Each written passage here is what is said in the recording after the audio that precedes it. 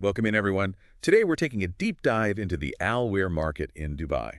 Specifically, we're looking at the deductions made by commission agents when you're selling fresh produce.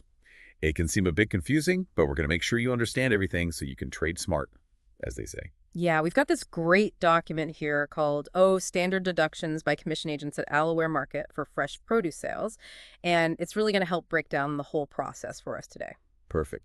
So let's jump right in. The first thing that jumps out is the 5% commission fee.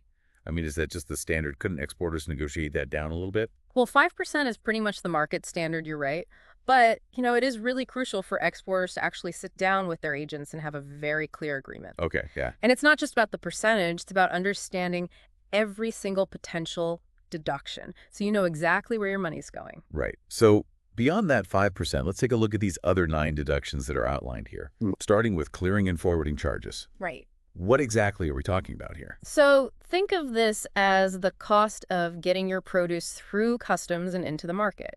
It's going to cover things like import duties, inspection fees, all that logistical stuff to get your goods off the ship and to the market stalls. Oh, so like the entry fee Exactly. to the Dubai market. Yeah. Interesting. And then there's VAT, which honestly, that kind of surprised me. Don't exporters typically reclaim VAT? Yeah, that's true in a lot of cases, but the interesting thing about Alaware is that the VAT that's levied during that clearing process, it's usually not recoverable for exporters. So you're absolutely right. It's an added cost that has to be factored in. Okay, so that's a hidden cost, potentially, that Absolutely. people wouldn't be expecting. All right, transportation costs. Seems pretty straightforward, right? Just Yeah. moving the goods from the port to the market. Right.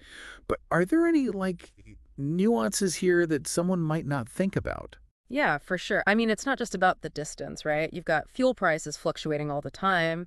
Traffic in Dubai it's Dubai, so it can be pretty unpredictable. Right. And all of those delays, they really do add up. Yeah, that's true. That's true.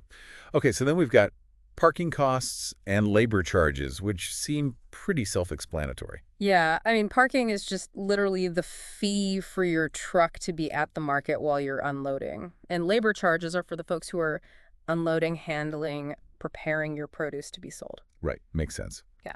Okay, now market fees. Is that kind of like a rental fee for the space? Yeah, exactly. It's a great way to put it. It's like renting your booth at a trade show.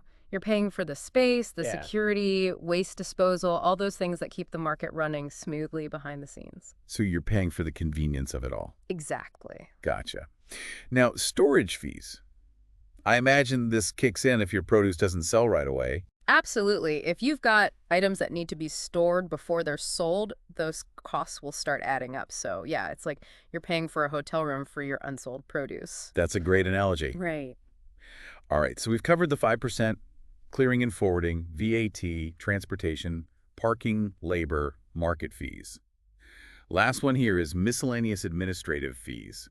What falls under this umbrella? Well, think of it as the smaller costs that are associated with the whole transaction. So things like bank charges, maybe fees for handling paperwork, just those smaller administrative details. Makes sense. So it seems like if there's one major takeaway here, it's the need for transparency. 100%. And this document really drives that point home. Yeah. Exporters really have to discuss each and every single one of these potential deductions with their agents, and it needs to happen beforehand. Before anything's even shipped. Exactly. Can you imagine sending like a shipment of delicate berries, and then you get hit with these huge storage fees because you weren't aware of how quickly that particular fruit sells? It could be a disaster. Open communication is so key to avoiding those financial surprises. Absolutely. So let's break this all down into some actionable steps. What should exporters actually do to protect themselves, make sure they're getting the best possible deal? Okay, well, I would say there are 4 key things to keep in mind. First off, have that upfront conversation with your agent. Talk about every single potential deduction. And don't be afraid to ask for a detailed breakdown of their cost estimations. Don't be shy. Exactly. Second, monitor your sales and expenses really, really carefully. Don't just look at the final profit. Understand where every dollar is going. Third, you got to stay informed about the market trends, right? Yeah. Knowing what's in demand, what's not, it's going to help you price your produce strategically. And finally, build a strong relationship with your agent, one that's built on trust and open communication. That's fantastic advice.